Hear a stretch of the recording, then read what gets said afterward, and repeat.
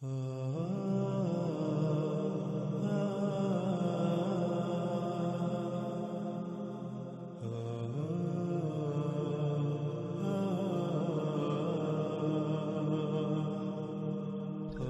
آگے رسول اللہ صلی اللہ علیہ وآلہ وسلم نے کہا، اس میں کچھ شک نہیں، اللہ جو ان سب سے اوپر ہے اس یوم یعنی اس مدت میں اس کے ساتھ اس سے مومنین کی حفاظت کرے گا جس کے ساتھ ملائکہ کی حفاظت کرتا ہے تسبیح سے.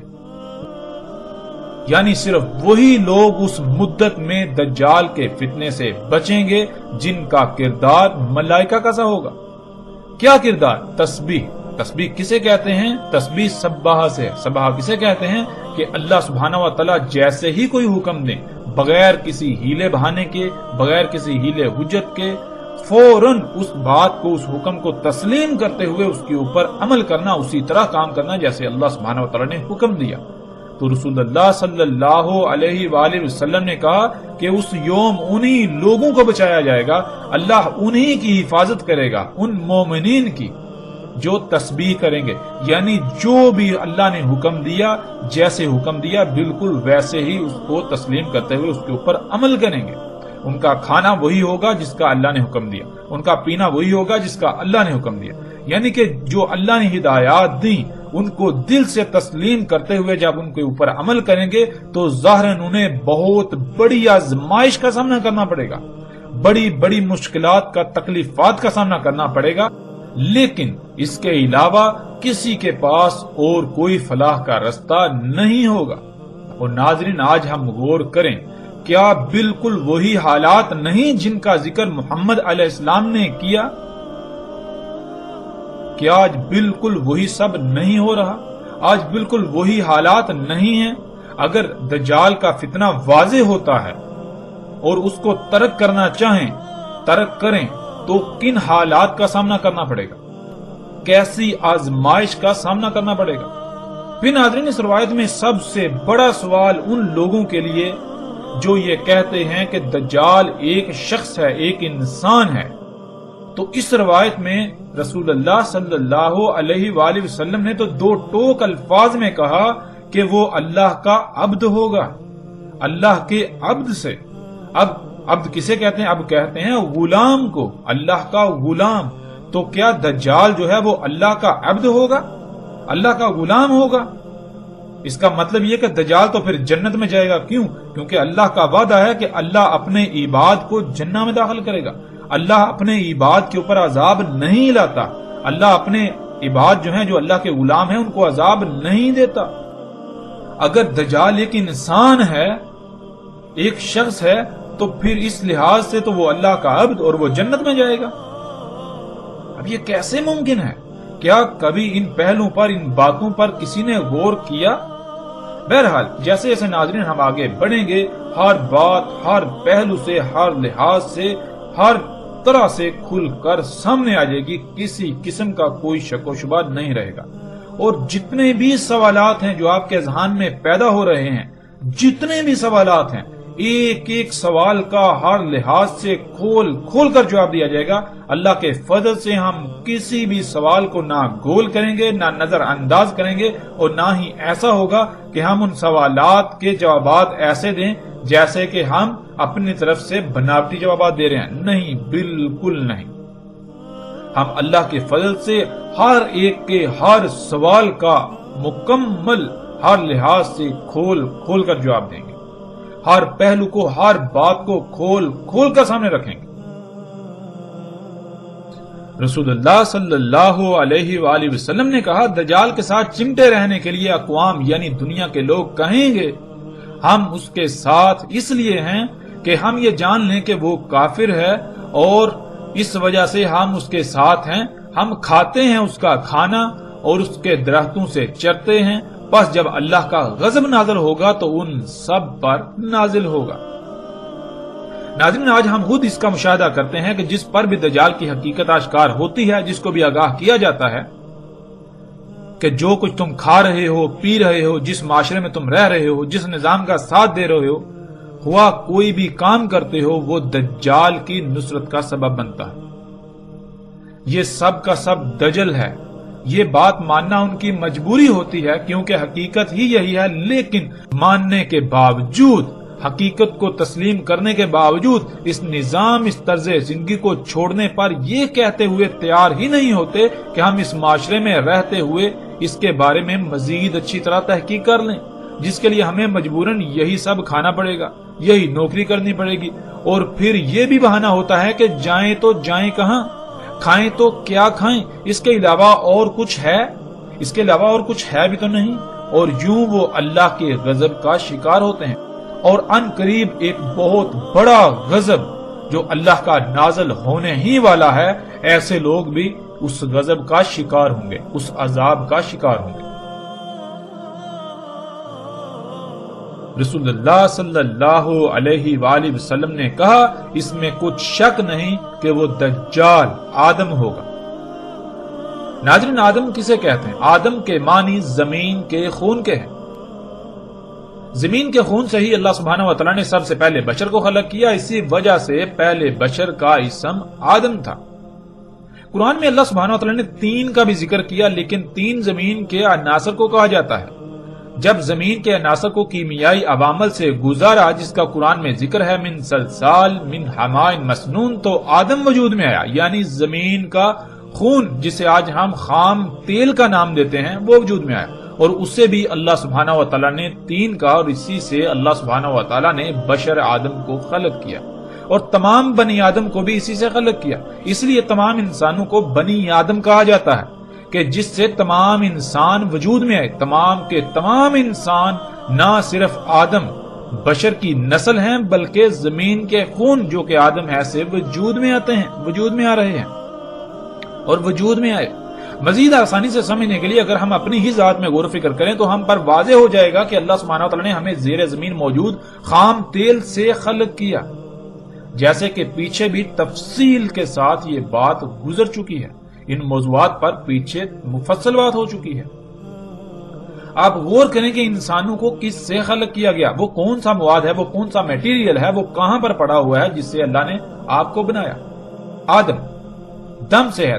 دم کہتے ہیں ایسے لیکوڈ کو، ایسے مخلول کو جو نہ صرف رنگدار ہو بلکہ جس میں طرح طرح کے مختلف عناصر موجود ہوں۔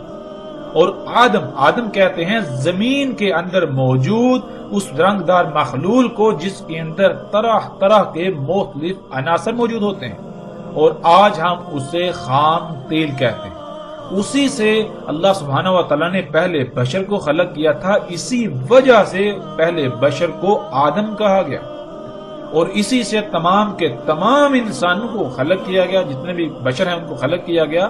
اس لیے سب کے سب کو بنی آدم، یعنی بنی کہتے ہیں جس سے بنایا گیا، اور آدم کہتے ہیں زمین کے خون۔ تمام کے تمام جو بشر ہیں یہ آدم یعنی زمین کے خون سے ہی بنائے جا رہے ہیں۔ اب جہاں سے بھی غور کریں بات وہی سامنے آئے گی، زمین کے خون سے ہی سب سے پہلا بشر وجود میں آیا، اور اسی سے آگے سلسلہ چلا، اور جتنے بشر بن رہے ہیں وہ اسی خون سے ہی بن رہے ہیں، سب سے پہلا بشر ہو یا آخری ہو، سب کے سب اسی سے ہی بن رہے ہیں۔ اب ناظرین، جب ہم اس روایت میں غور کریں اور دیکھیں، اس روایت میں رسول اللہ صلی اللہ علیہ وآلہ وسلم نے آدم کو دجال کہا کہ اس میں کچھ شک نہیں، بلا شک و شبہ وہ جو دجال ہوگا وہ کون ہوگا؟ وہ آدم ہوگا۔ تو ناظرین، کیا یہاں آدم سے مراد آدم علیہ السلام ہے؟ کیا آدم علیہ السلام دجال ہیں؟ کیا کبھی آپ نے غور کیا؟ آدم تو کہتے ہیں زمین کے خون کو، جیسے عربی میں دم کہتے ہیں خون کو، دم کہتے ہیں وہ رنگدار مخلول جس کے اندر طرح طرح کے عناصر پائے جاتے ہیں، اور آدم کہتے ہیں زمین کے خون کو، زمین کے اندر موجود جو زمین کا خون ہے، جو زمین کی رگوں میں دوڑتا ہے، جس سے زمین اپنی نباتات نکالتی ہے۔ رسول اللہ صلی اللہ علیہ وآلہ وسلم نے کہا اس میں کچھ شک نہیں کہ آئے گا دجال نہر کو امر کرے گا کہ بہہ پڑ، پس وہ بہہ پڑے گی، پھر اسے حکم دے گا کہ پلٹ، پس وہ پلٹے گی، یعنی امر کرے گا کہ بہنا رک جا، پس وہ بہنا رک جائے گی، پھر اسے حکم دے گا یعنی امر کرے گا کہ خشک ہو جا، وہ خشک ہو جائے گی۔ ناظرین، آج یہ تمام کے تمام مناظر ہم اپنی آنکھوں سے دیکھ رہے ہیں۔ کہ ڈیم بنا کر جب چاہے نہروں کو جاری کیا جاتا ہے اور جب چاہے پانی روک کر ان کا بہنا بند کر دیا جاتا ہے، اور چاہے تو یہاں تک کہ وہ خشک ہو جائیں مگر پانی نہ چھوڑا جائے۔ تو ایسا ہی ہوتا ہے اور نہریں خشک پڑی رہتی ہیں۔ اور یہ سب کا سب کیسے ممکن ہوا؟ یہ سب کا سب آج اسی ٹیکنالوجی، انہی ایجادات سے ممکن ہوا۔ جن ڈیموں کو انسان اپنے لیے مسیحا یعنی فائدے مند سمجھتے ہیں کہ ان سے نہری نظام چلتا ہے اور بجلی وغیرہ پیدا ہوتی ہے، جو کہ آج دنیاوی زندگی میں ایک ستون کی حیثیت رکھتی ہے، بنیادی ستون، اور پھر انہی ڈیموں کی وجہ سے سیلابوں سے محفوظ رہتے ہیں، لیکن یہ سوائے دجل یعنی دھوکے کے کچھ بھی نہیں۔ یہ بہت بڑا دجل ہے اور اکثریت اس دجل کا شکار ہے۔ ناظرین، کبھی ہم نے اس بات میں غور کیا کہ جب ڈیم نہیں تھے تب دنیا میں کتنے سیلاب آتے تھے، اور آج سیلابوں کی تعداد اور ان سے ہونے والی تباہی کتنی ہے؟ آج ڈیم ہونے کے باوجود جب ڈیم نہیں تھے تو ان کے مقابلے میں، اس وقت کے مقابلے میں کئی گنا زیادہ اور کئی گنا بڑے بڑے تباہ کن سیلاب آتے ہیں اور انتہائی وسیع پیمانے پر تباہی پھیلاتے ہیں، انسانوں کو نقصانات کا سامنا کرنا پڑتا ہے۔ تو کیا یہ ڈیم مسیحا ہے، یہ محض دجل؟ آج ہم ڈیم بنا کر یہ سمجھتے ہیں کہ ہم نے نہری نظام بنا لیا اور یوں بہت سی زمین کاشتکاری کے قابل ہوگی، لیکن کبھی ہم نے یہ سوچا یہی پانی روک کر ہم نے زیر زمین نہ صرف پانی کی سطح کو کم کر دیا بلکہ پوری دنیا کی زمین کو بنجر کر دیا؟ کیا یہ دجل نہیں؟ جن ڈیموں کو انسان اپنے لیے مسیحا سمجھتے ہیں ان سے نہری نظام کے ذریعے اچھی فصل ہوتی ہے، لیکن وہی ان سے لاکھوں نہیں کروڑوں گنا زیادہ فصل تباہ و برباد ہو جاتی ہے، کیونکہ انہی ڈیموں کی وجہ سے زیر زمین پانی کی سطح انتہائی کم ہو کر زمین پھر فصلیں پیدا کرنے کے قابل ہی نہیں رہتی اور نہیں رہی۔ پھر کھادوں کے ذریعے ایسی فصلیں اگائی جاتی ہیں جو دیکھنے میں بہت بڑی لگتی ہیں لیکن حقیقت میں وہ لا تعداد بیماریوں کا منبع ہوتی ہیں۔ کیا یہ دجل نہیں؟ کبھی آپ نے سوچا ڈیموں کے ذریعے پانی روکنے سے زمین پر اللہ کی کتنی ہی مخلوقات ہیں جو پانی نہ ملنے سے تڑپ تڑپ کر موت کا شکار ہو جاتی ہیں اور دڑا دڑ موت کا شکار ہو رہی ہیں؟ کیا کبھی یہ سوچا؟ کیا کبھی اس پہلو پر غور کیا؟ ان مخلوقات کا آپ کے ساتھ اور باقی کائنات کے نظام کے ساتھ کیا تعلق ہے؟ ان کی ہلاکت سے کائنات میں کیا فساد ہوگا؟ کیا ہلاکتیں آئیں گی؟ کن تکالیف سے باقی مخلوقات کو سامنا کرنا پڑے گا؟ کیا ان باتوں میں کبھی کسی نے غور کیا؟ کیا کبھی آپ نے یہ سوچا کہ یہ زمین جو کہ ایک مشین کی مانند ہے اور اس کی تمام مخلوقات پرزوں کی مانند ہیں، اور جب ہم اس مشین کے لا تعداد پرزوں کو ناکارہ بنا دیں گے تو اس زمین کا حال کیا ہوگا؟ کیا کبھی کسی نے یہ سوچا؟ تو کیا پھر زلزلے نہ آئیں، موسموں میں تباہ کن تبدیلیاں واقع نہ ہوں، سیلاب نہ آئیں، طوفان نہ آئیں، خوراک اور پانی میں کمی واقع نہ ہو، طرح طرح کی بیماریاں نہ آ گریں؟ کیا کبھی کسی نے یہ بات سوچی؟ کیا کبھی کسی نے ان پہلوؤں پر سوچا؟ کبھی غور کیا کہ یہ ہمارے لیے مسیحا ہیں یا پھر ہم صرف اور صرف اس کے دجل کا شکار ہو کر اسی شاخ کو دن رات کاٹنے میں مگن ہیں جس پر ہم خود بیٹھے ہوئے ہیں؟ رسول اللہ صلی اللہ علیہ وآلہ وسلم نے کہا، نکلے گا دجال کوسی سے، اس کو جانا جاتا تھا تم سے پہلے، کہا جائے گا اسے کوسی، کثیرۃ الصباح۔ جواب ملا ہاں، کہا وہیں سے دجال نکلے گا۔ صباح ناظرین کہتے ہیں کھادیں، نباتات اگانے والے اجزاء و عناصر، کیمیکلز وغیرہ، یعنی وہ عناصر، وہ اجزاء جو زمین کو اگانے پر مجبور کرتے ہیں۔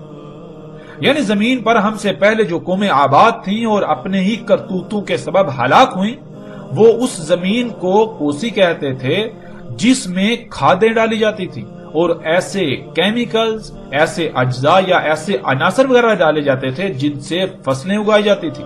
کھادوں کے ڈالنے سے جو فصل اگتی تھی وہ دجال تھا، یعنی ایسی فصل محض دھوکہ ہے۔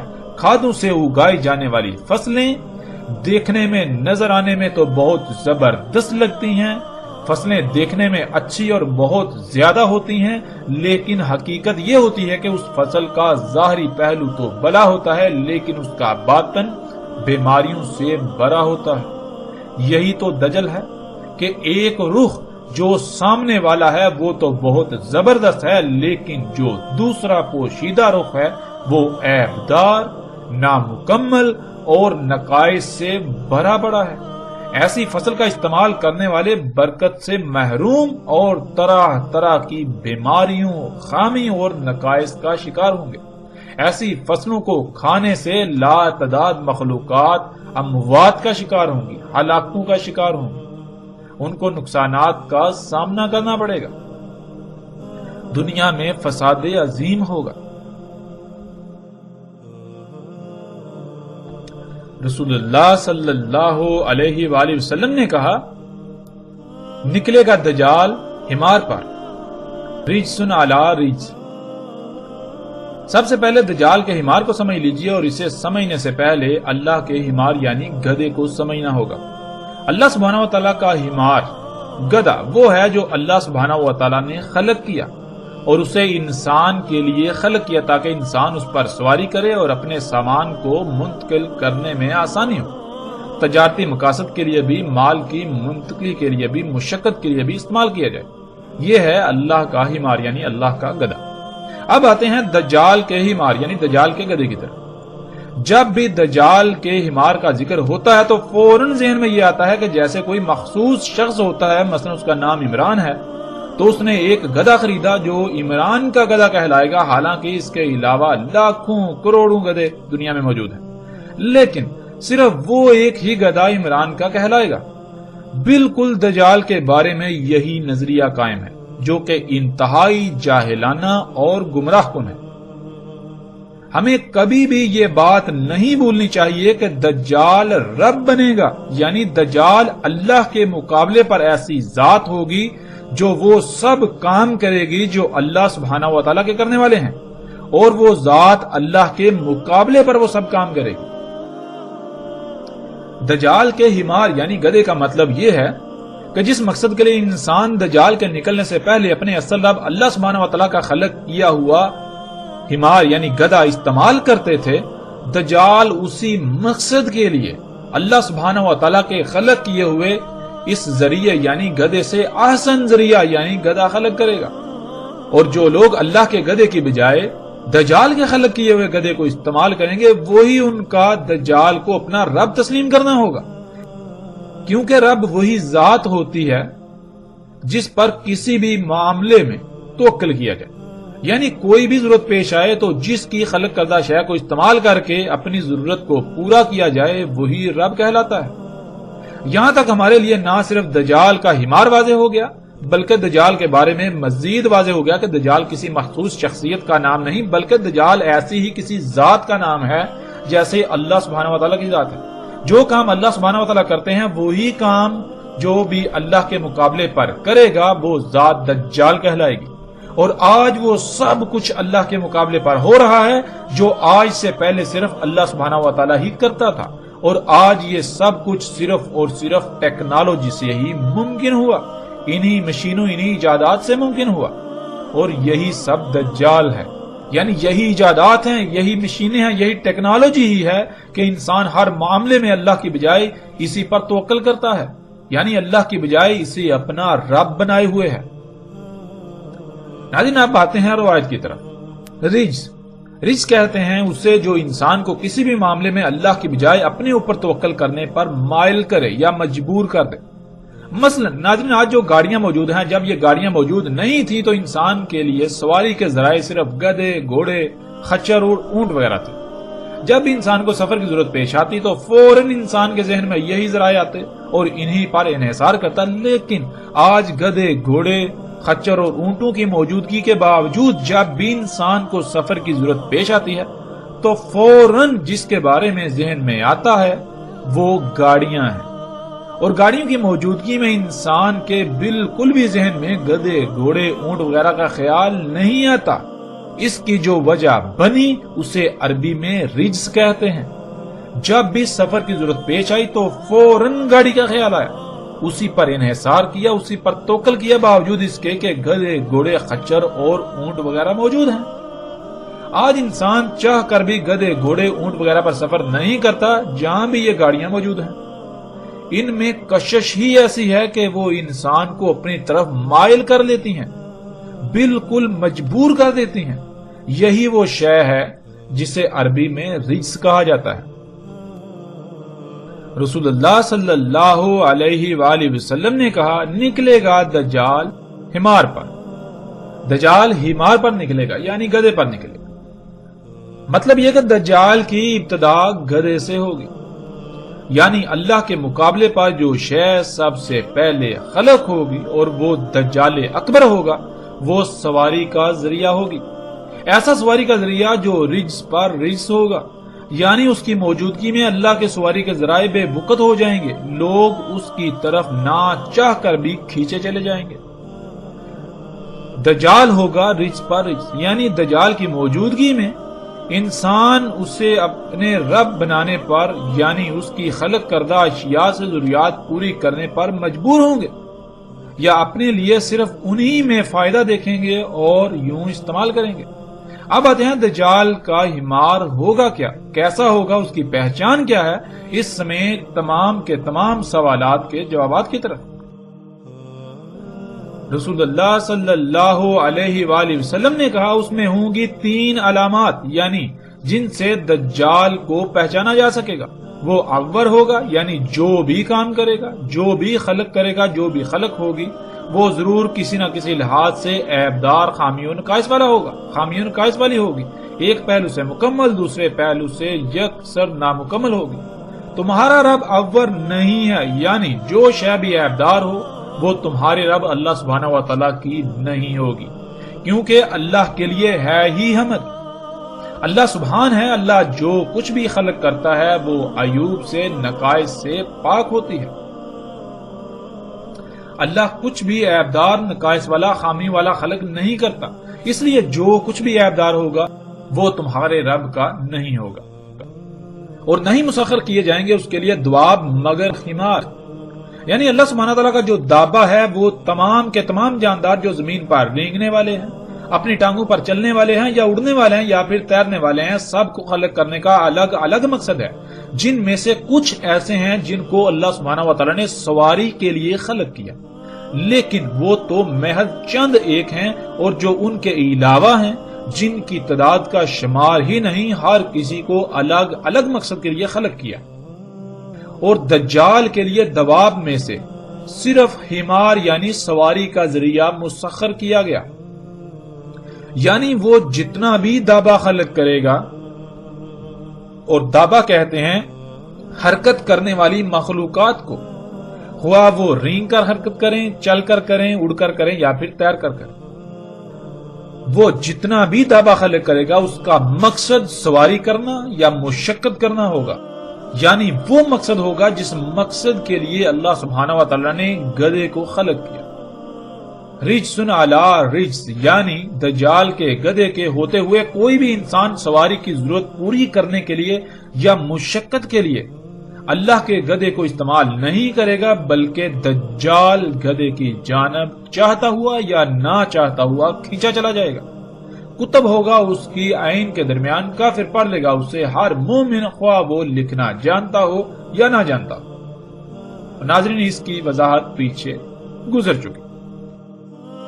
ہمارا موضوع دجال کا گدھا یعنی سواری کا ذریعہ تھا، مشقت کا ذریعہ، اور رسول اللہ صلی اللہ علیہ وآلہ وسلم نے واضح کر دیا کہ دجال کے لیے جو دابہ مسخر کیا جائے گا وہ صرف اور صرف سواری کا ذریعہ ہی مسخر کیا جائے گا، یعنی وہ جتنا بھی دابہ حرکت کرنے والی مخلوقات خلق کرے گا، جتنی بھی حرکت کرنے والی مخلوقات خلق ہوں گی جو کہ دجال ہوگا، وہ سارے کا سارا دابہ سواری، مال و اشیاء کی منتقلی اور مشقت کے مقاصد کے لیے ہی خلق کیا جائے گا، خلق ہوگا، وہ سارے کا سارا دابہ دجال ہوگا۔ اور آج ہم دیکھیں کہ وہ کون سی ایسی اشیاء ہیں جو اللہ سبحانہ وتعالیٰ کے خلق کردہ سواری کے ذرائع یعنی اونٹ، گدھے اور گھوڑے اور خچر وغیرہ کے علاوہ موجود ہیں، اور اگر ایسی موجود ہیں اور اسی مقصد کے لیے ہیں اور وہ اللہ کی خلق کردہ نہیں، تو پھر وہ تمام کی تمام دجال کا ہمار ہے، دجال کا گدھا یعنی سواری و مال کی منتقلی کا ذریعہ۔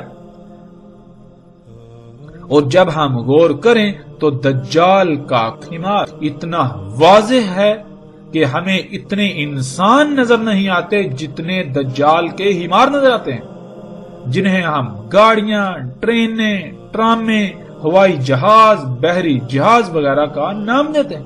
یہ سب کا سب دجال کا ہمار ہے، جیسا کہ سکرین پر نظر آنے والی تصاویر میں آپ دیکھ سکتے ہیں۔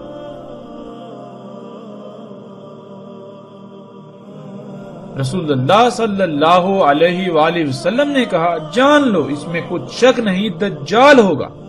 اس کی لمبائی 40 گز ہوگی پہلے گز سے، اس کے نیچے ہوگی بوجھ اٹھا کر چلنے والی چاند جیسی سواری۔ جیسے چاند زمین کے گرد گھومتا ہے، اسی طرح دجال کا گدھا یعنی بوجھ اٹھا کر چلنے والی سواری بھی زمین کے گرد فضا میں سفر کرے گی۔ لمبے ہوں گے اس کے سب کان، اس کے کانوں سے 30 گز۔ اس کے گدھے کے ایک کھر سے دوسرے کھر کے درمیان جو فاصلہ ہوگا وہ دن اور رات کا فاصلہ ہوگا۔ زمین اس کے لیے سکیڑ یعنی لپیٹ دی جائے گی، یعنی سالوں کا سفر دنوں، گھنٹوں اور منٹوں میں طے کرے گا، انتہائی تیز رفتاری سے۔ اپنے ید یعنی اپنی قوت سے بادلوں کو چھوئے گا، ان سے اوپر نکل جائے گا اور سورج پر سبقت لے جائے گا اس کے چھپنے کی طرف۔ اس کے آگے دھوئیں کا پہاڑ اور پیچھے سرسبز پہاڑ ہوگا۔ چیخے گا آواز کے ساتھ، اس کی آواز کو سن لیں گے جو بھی اس کے پروں کے ساتھ زمین سے اڑنے کے مقام سے لے کر واپس زمین پر نیچے اترنے کے مقام کے درمیان آئیں گے، یعنی ٹیک آف سے لینڈنگ تک کے درمیان آنے والے سب لوگ اس کی چیخنے کی آواز کو سنیں گے۔ ناظرین، یہ واحد ہوائی جہاز ہی ایسی شے ہے جس میں یہ تمام کی تمام خصوصیات پائی جاتی ہیں۔ ذرا تصور کریں کہ جب ان چیزوں کا کوئی تصور تک بھی نہیں کیا جا سکتا تھا، اگر اس وقت کسی نے ان اشیاء کے بارے میں بتانا ہوتا تو کیسے الفاظ میں بتایا جاتا؟ یقیناً ان الفاظ سے بہتر اور کوئی الفاظ نہیں ہو سکتے، اس لیے ان الفاظ کا اگر کوئی مصداق ہے تو یہی موجودہ ہوائی جہاز ہیں، اور اگر یہ نہیں تو پھر ایسا کچھ بھی نہیں آئے گا یہاں تک کہ ساتھ بھی قائم ہو جائے گی۔ یہ جہاز ہی ہیں جن کے کانوں کی لمبائی اتنی ہی ہوتی ہے۔ اس روایت کے علاوہ مختلف روایات میں کانوں کی لمبائی بھی مختلف آئی ہے، کہیں پر 70 گز تو کہیں پر 40، کہیں ان سے بھی کم یا زیادہ کا ذکر ہوا۔ جیسے انسان کے کان کو دیکھا جائے تو ان کی باہر کو نکلی ہوئی لمبائی چند سینٹی میٹر ہوتی ہے، بالکل اسی طرح دجال کے گدھے کے کان، جنہیں پر بھی کہتے ہیں، جہاں سے وہ شروع ہوتے ہیں اور ان کے آخری سرے تک اتنی ہی لمبائی بنتی ہے۔ یہ ہوائی جہاز ہی ہیں جو زمین کے گرد اسی طرح گھومتے ہوئے سفر کرتے ہیں فضا میں جیسے چاند زمین کے گرد گھومتا ہے۔ یہ ہوائی جہاز ہی ہے کہ جب سفر کرتا ہے تو اتنی تیز رفتاری سے سفر کرتا ہے کہ گویا اس کے لیے زمین سکیڑ دی گئی، اور اس کے علاوہ بھی جتنے بھی دجال کے سواری کے ذرائع ہیں ان سب کے لیے زمین سکیڑ دی جاتی ہے، زمین سکڑ جاتی ہے، یعنی ان کی رفتار اتنی تیز ہوتی ہے کہ بہت کم وقت میں بہت زیادہ فاصلہ طے کر لیتے ہیں۔ یہ ہوائی جہاز ہی ہے کہ اس کے ایک کھر یعنی جہاں سے وہ اوپر اڑتا ہے وہاں سے لے کر دوسرے کھر تک، یعنی جہاں وہ واپس نیچے زمین پر اترتا ہے تو دن اور رات کا فاصلہ ہوتا ہے۔ جیسے کوئی جہاز جاپان سے اڑ کر امریکہ جاتا ہے تو اس کے ایک کھر سے دوسرے کھر کے درمیان دن اور رات کا فاصلہ ہوتا ہے۔ اسی طرح درجنوں روٹس ایسے ہیں کہ جب دجال کا گدھا قدم اٹھاتا ہے تو وہ واپس زمین پر قدم تب رکھتا ہے کہ درمیان میں دن رات گزر جاتا ہے۔ ناظرین، یہی جہاز ہی ہے جو اپنی قوت کے ساتھ نہ صرف بادلوں کو چھوتا ہے بلکہ ان سے اوپر نکل جاتا ہے۔ ناظرین، یہ جہاز ہی ہے جب یہ اڑتا ہے تو اس کے سامنے غیر معمولی مقدار میں دخان یعنی طرح طرح کی گیسیں ہوتی ہیں، اس کے پیچھے سرسبز پہاڑ ہوتے ہیں، یعنی زمین کے جو سرسبز پہاڑ ہیں وہ اس کے پیچھے ہوتے ہیں اور بادلوں کے پہاڑ اس کے آگے ہوتے ہیں۔ اور آج موجودہ دور میں بہت بڑی مقدار میں فیکٹریوں اور گاڑیوں وغیرہ سے خارج ہونے والے طرح طرح کے زہریلی دھوئیں سے آسمان یعنی فضا بھر چکی ہے۔ یوں سامنے نہ صرف بادلوں کا پہاڑ جو بالکل دھوئیں کی طرح نظر آتا ہے وہ ہوتا ہے، بلکہ سامنے حقیقی دھوئیں کا پہاڑ ہوتا ہے، یعنی غیر معمولی مقدار میں دخان ہوتا ہے، طرح طرح کی زہریلی گیسیں ہوتی ہیں یا طرح طرح کی مختلف گیسیں ہوتی ہیں، غیر معمولی مقدار میں دھواں۔ ناظرین، یہ جہاز ہی ہے جو مسلسل زوردار اور گرجدار آواز میں چیختا ہے، اور اس کے اڑنے کے مقام سے لے کر واپس نیچے اترنے تک کے درمیان سب لوگ اس کی گرجدار آواز کو سن لیتے ہیں،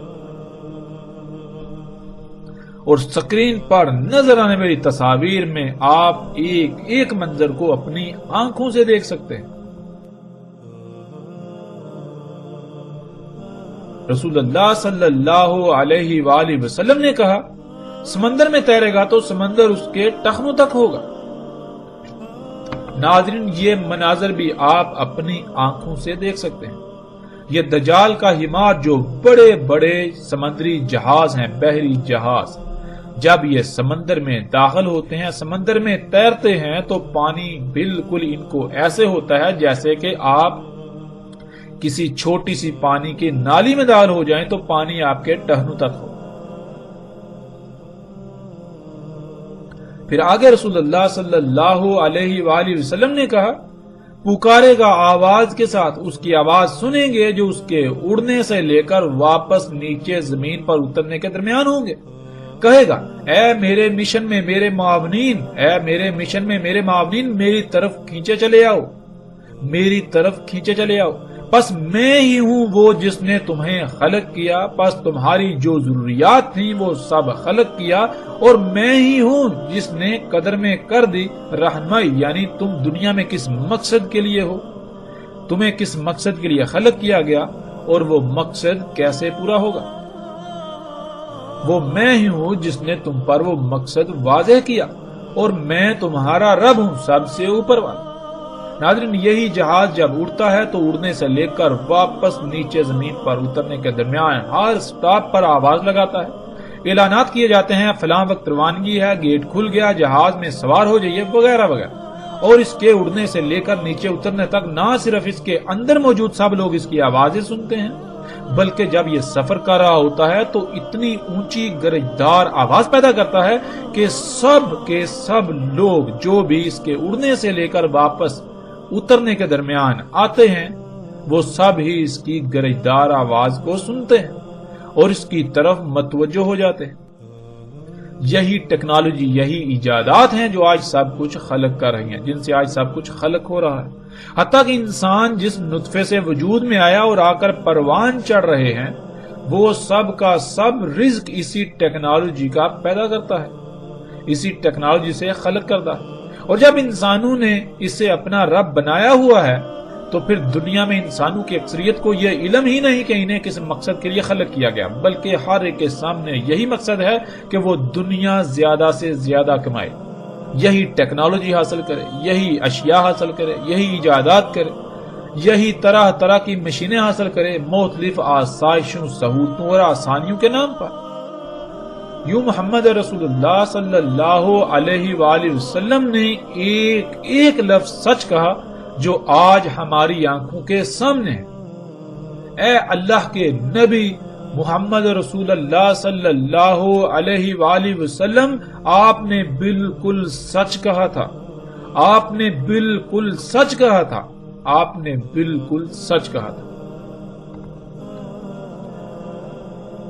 رسول اللہ صلی اللہ علیہ وآلہ وسلم نے کہا، دجال کے گدھے کے کانوں کے درمیان 40 گدھ ہوں گے اور اس کے گدھے کا روٹ ہوگا 3 یوم کا فاصلہ۔ سمندر میں داخل ہوگا اپنی سامان اٹھا کر سفر کرنے والی سواری پر۔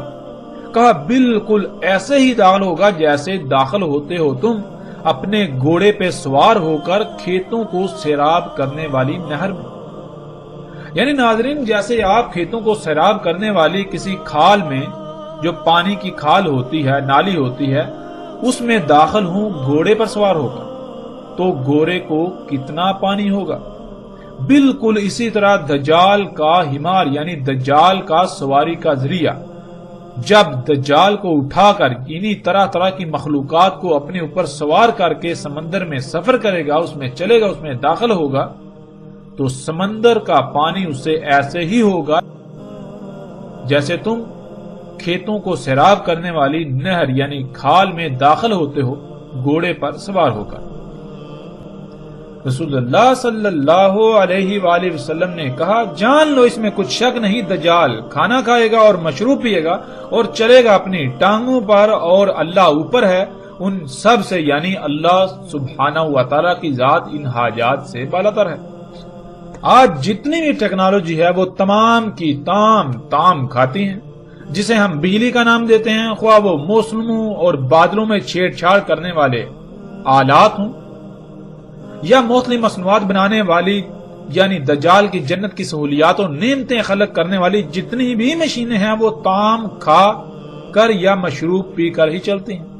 جیسے انسان اور ہر جانور کے طعام اور مشروب میں فرق ہے، سب ایک دوسرے سے مختلف کھاتے ہیں، درخت کاربن اور آکسیجن کھاتے ہیں، اسی طرح دجال یعنی ٹیکنالوجی جنہیں ہم مشینوں کا نام دیتے ہیں اس کا طعام بجلی ہے اور مشروب زمین کا خون ہے، یعنی زمین سے نکالا جانے والا خام تیل جس سے درجنوں اقسام کے تیل اخذ کیے جاتے ہیں۔ ٹیکنالوجی ان حاجات کی محتاج ہے، لیکن اللہ سبحانہ و تعالیٰ ایسی تمام حاجات سے پاک ہے۔ ناظرین، بہت سی روایات میں رسول اللہ صلی اللہ علیہ وسلم نے کہا کہ دجال کی توبہ کرنے والے یعنی اسے اپنا رب تسلیم کرنے والوں میں اکثریت یہود کی ہوگی۔ اور ناظرین، جب ہم یہ الفاظ پڑھتے ہیں، یہ بات ہمارے سامنے آتی ہے، ہمیں بتائی جاتی ہے، تو ہم بالکل بے فکر ہو جاتے ہیں، اس لیے کہ ہم خود کو مسلمان کہتے ہیں، مسلمان سمجھتے ہیں، مسلمان کہلواتے ہیں، اور یہود تو وہ ہیں جو آج بھی یہودی کہلاتے ہیں۔ اور پھر قرآن میں یہود و نصارہ کے بارے میں جتنی بھی آیات ہیں ہم ان سے مراد بھی یہودی اور عیسائی لیتے ہیں، لیکن ہم نے کبھی یہ غور نہیں کیا کہ قرآن میں اللہ سبحانہ تعالیٰ نے یہود و نصارہ کن کو کہا۔ جب ہم قرآن میں غور و فکر کریں تو قرآن کی پہلی سورۃ الفاتحہ میں مغضوب اور ضالین کے الفاظ آئے ہیں، اور سب اس پر متفق ہیں کہ مغضوب سے مراد یہود اور ضالین سے مراد نصارہ ہے۔ اور سورہ فاتحہ کو دن میں کئی بار پڑھتے ہیں، اس کے باوجود غور ہی نہیں کرتے کہ اگر ہم نے وہ کچھ کیا جو بنی اسرائیل میں سے لوگوں نے کیا، جو یہود کہلائے تو ہم بھی یہود کہلائیں گے، اور جو کچھ نصارہ نے کیا اگر ہم بھی وہی کریں گے، ہم نے بھی وہی کیا تو ہم بھی نصارہ کہلائیں گے۔ بنی اسرائیل کو اللہ سبحانہ و تعالیٰ نے اس امت کے طور پر منتخب کیا جسے دنیا کے انسانوں کے لیے نکالا تھا، لیکن جب انہوں نے اپنی ذمہ داری ترک کر دی اور دین کو ٹکڑے ٹکڑے کر کے گروہ در گروہ تقسیم ہو گئے تو اللہ سبحانہ و تعالیٰ کے غضب کا شکار ہوئے، اللہ کی لعنت کا شکار ہوئے، دنیا میں ذلیل و رسوا ہوئے، اس کے باوجود کہ وہ آج تک خود کو وہی امت سمجھ رہے ہیں جسے اللہ نے دنیا کے انسانوں کے لیے نکالا، یعنی انہوں نے ہی دنیا میں نظام قائم کرنا ہے، صرف انہیں ہی دنیا پر حکمرانی کا حق حاصل ہے۔ وہ طے کریں گے کہ کیا دنیا کے انسانوں کے لیے فائدہ مند ہے اور کیا نقصان دہ ہے، کیا کس نے کرنا ہے کیا نہیں کرنا، اس لیے وہ کبھی بھی ہاتھ پر ہاتھ رکھ کر نہیں بیٹھے اور دنیا میں اپنا نظام، اپنی حکومت قائم کرنے کے لیے کوشش کرتے رہے اور ساتھ کے قائم ہونے تک کرتے رہیں۔ اور بنی اسرائیل میں سے جنہوں نے اپنی آنکھوں، کانوں اور دلوں کا اس مقصد کے لیے استعمال ترک کر دیا جس مقصد کے لیے اللہ نے یہ نعمتیں دی، تو وہ رستے سے ہٹ گئے، یعنی غور و فکر کرنا چھوڑ دیا، تو یہود نے انہیں رستے سے ہٹا کر اپنی نصرت کے لیے استعمال کیا، یوں وہ نصارہ کہلائے۔ نصارہ یعنی نصرت کرنے والے، مدد کرنے والے۔ گمراہ ہونے والے یہود کے مشن میں ان کی نصرت کرنے والوں کو اللہ نے نصارہ قرار دیا۔ آج وہ تمام کے تمام لوگ جو ذمہ داری کو ترک کر چکے ہیں جو اللہ نے عائد کی تھی اور یہود کی روش اختیار کی، وہ اللہ کے غضب کا شکار ہوئے، یعنی دنیا میں ذلیل و رسوا ہو رہے ہیں، وہ سب کے سب یہود، اور جو گمراہ ہو کر ان کی نصرت کر رہے ہیں وہ سب کے سب نصارہ ہیں۔ آج کے یہود کی بالکل آسان پہچان یہ ہے کہ جو لوگ بنی اسرائیل میں سے جن پر اللہ نے غضب کیا ان کی روش اختیار کیے ہوئے ہیں اور اس کے باوجود وہ خود کو امت محمد قرار دیتے ہیں، وہ یہود اور جو گمراہی کا شکار ہیں، یوں وہ ان کی نصرت کر رہے ہیں یا نصرت کا سبب بن رہے ہیں، وہ سب کے سب نصارہ ہیں۔ رسول اللہ صلی اللہ علیہ وآلہ وسلم نے کہا، لوگ بھاگ جائیں گے دجال سے پہاڑوں میں۔ اور ناظرین، یہ منظر بھی آج ہم اپنی آنکھوں سے دیکھتے ہیں، اور اس میں سب سے بڑی بات غور کرنے والی یہ ہے کہ دجال سے لوگ بھاگ جائیں گے پہاڑوں میں۔ اب سوال یہ پیدا ہوتا ہے کہ وہ کون سی شے ہے جو پہاڑوں میں نہیں ہوگی، وہاں نہیں ہوگی، مگر اس کے علاوہ جو شہر ہوں گے، جدید شہر ہوں گے، جو بستیاں ہوں گی، وہاں پر دجال موجود ہوگا۔ یعنی دجال شہروں میں موجود ہوگا، پہاڑوں میں نہیں ہوگا۔ ناظرین، آج آپ غور و فکر کریں، یہ بات بالکل واضح ہو جاتی ہے کہ اگر دجال کوئی شخص ہوگا تو کیا وہ پہاڑوں میں نہیں جا سکتا؟ لوگ بھاگ کر پہاڑوں میں ہی کیوں جائیں گے؟ جب غور و فکر کریں تو بالکل واضح ہو جاتا ہے کہ یہی ایجادات، یہی اشیاء، یہی مشینیں، یہ معاشرے، یہ سوسائٹی جو ہے، یہ جدیدیت جو ہے، یہ جدت، یہ معاشرے چکا چوند جو طرح طرح کی ایجادات سے، اشیاء سے، سہولتوں، آسائشوں کے نام پر بڑے بڑے ہیں، دنیا میں جنت کا منظر پیش کر رہے ہیں۔ جن لوگوں پر یہ حقیقت واضح ہوتی ہے کہ یہ تو دجل ہے، یہ تو دجال ہے، یہ تو دھوکہ ہے، تو وہ یہاں سے جب نکلتے ہیں تو کہاں جاتے ہیں؟ پہاڑوں میں۔ اور پہاڑوں میں کیا ہے؟ جب آپ پہاڑوں میں رہنے والوں کی زندگیوں کو دیکھیں تو ان کی زندگیاں دجال سے پاک ہیں، ان اشیاء سے پاک ہیں، وہ بہت بڑی حد تک فطرت کے قریب ہیں۔ رسول اللہ صلی اللہ علیہ وآلہ وسلم کے یہ الفاظ بھی بالکل واضح کر دیتے ہیں کہ دجال کیا ہوگا۔ اس کے باوجود بھی اگر ہم جان بوجھ کر گمراہی کا سودا کرنا چاہتے ہیں تو فیصلہ ہمارے اپنے ہاتھ میں ہے۔ رسول اللہ صلی اللہ علیہ وآلہ وسلم نے کہا، جو سنے دجال کے بارے میں پس اس سے دور بھاگ جائے۔ پس اللہ کی قسم، اس میں کچھ شک نہیں کہ ایک شخص اس کے پاس آئے گا اور وہ سمجھ رہا ہوگا کہ وہ مومن ہے، پس اس کی اتباع کرے گا، اس سے جو بیس کیا گیا اس کے ساتھ شبہات سے۔ اس روایت میں رسول اللہ صلی اللہ علیہ وآلہ وسلم نے شبہات سے بچنے کی تلقین کی۔ شبہات انہیں کہتے ہیں جو نہ ہی واضح حلال اور نہ ہی واضح یعنی کہ بالکل ہر لحاظ سے کھلم کھلا حرام ہو، یعنی درمیان کی اشیاء جن کے بارے میں علم نہ دیا گیا ہو۔ اور دجال کھڑا کیا جائے گا، یعنی دجال سامنے لایا جائے گا شبہات سے، یعنی ایسی اشیاء جن کے بارے میں انسانوں کے پاس علم نہیں ہوگا، اور وہ ہوں گی تو حرام، لیکن ان پر حلال کا لبادہ چڑھا ہوگا یا حلال کا لبادہ چڑھا کر پیش کیا جائے گا۔ یوں انسان ان اشیاء کے دجل کا شکار ہو کر اللہ کا کفر کرے گا اور دجال کو اپنا رب بنا لے گا۔ اس کے باوجود وہ یہ گمان کر رہا ہوگا، وہ یہ سمجھ رہا ہوگا کہ وہ مومن ہے، جیسا کہ رسول اللہ صلی اللہ علیہ وآلہ وسلم نے کہا کہ وہ یہ گمان کرے گا کہ وہ مومن ہے، حالانکہ حقیقت یہ ہوگی کہ وہ دجال کی اتباع کر رہا ہوگا، یعنی دجال کو اپنا رب بنا چکا ہوگا، وہ مومن نہیں ہوگا، یعنی وہ اللہ کے احکامات کو مان کر ان کے مطابق زندگی نہیں گزار رہا ہوگا، وہ اللہ کے حکم کے مطابق نہیں کھا رہا ہوگا، اس کا اللہ کے حکم کے مطابق حلال حرام نہیں ہوگا، بلکہ وہ اپنی زندگی گزارنے کے لیے، اپنی ضروریات کو پورا کرنے کے لیے وہ انہی چیزوں کو، انہی اشیاء کو اختیار کرے گا جن سے اللہ نے روکا، اللہ نے منع کیا۔ اللہ نے تو فطرت پر قائم ہونے کا حکم دیا اور وہ فطرت کے برعکس انہی اشیاء پر توکل کرے گا، انہی سے اپنی ضروریات پوری کرے گا۔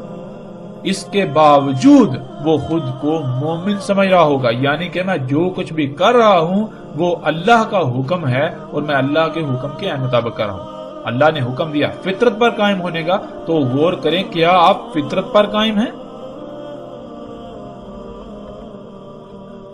حضرت مومن تو کہتے ہیں ایمان لا کر، یعنی حکم کو، بات کو مان کر عمل کرنا، بالکل اس طرح جیسے عمل کا حکم دیا گیا، جو بھی اللہ نے حکم دیا اس پر عمل کرنے والا۔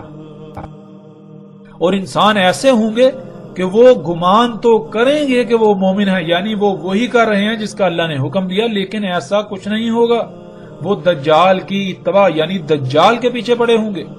جیسے مثال کے طور پر اللہ نے مرغی حلال کی تھی، لیکن اللہ سبحانہ و تعالیٰ نے یہ شرط بھی عائد کر دی کہ حلال طیب بھی ہونا چاہیے.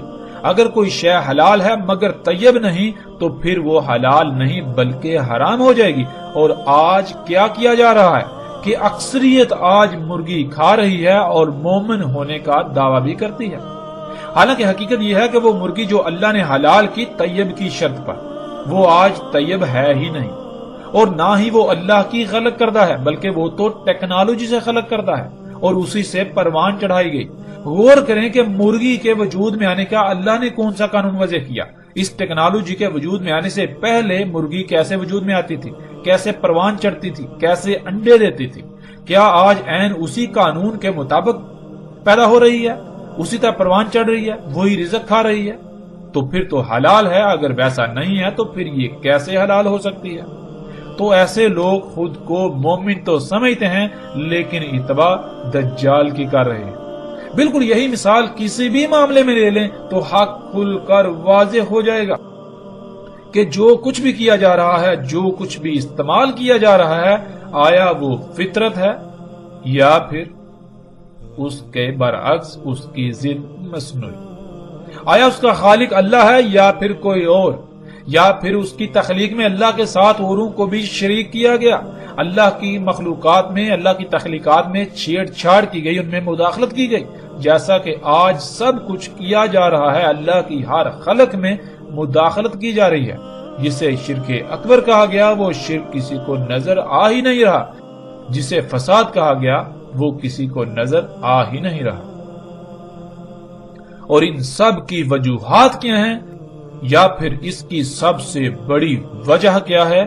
اب ناظرین آگے وہ وجہ سامنے آئے گی کہ ایسا کیوں ہوا، کیوں لوگوں نے، انسانوں کی اکثریت نے دجال کو اپنا رب بنا لیا، کیوں دنیا آج اس حالت کو پہنچی، کیوں دنیا کی آج ہر مخلوق فساد زدہ ہو چکی ہے، ہر شے عیب دار ہو چکی ہے. اس کی اصل اور بنیادی وجہ کیا ہے؟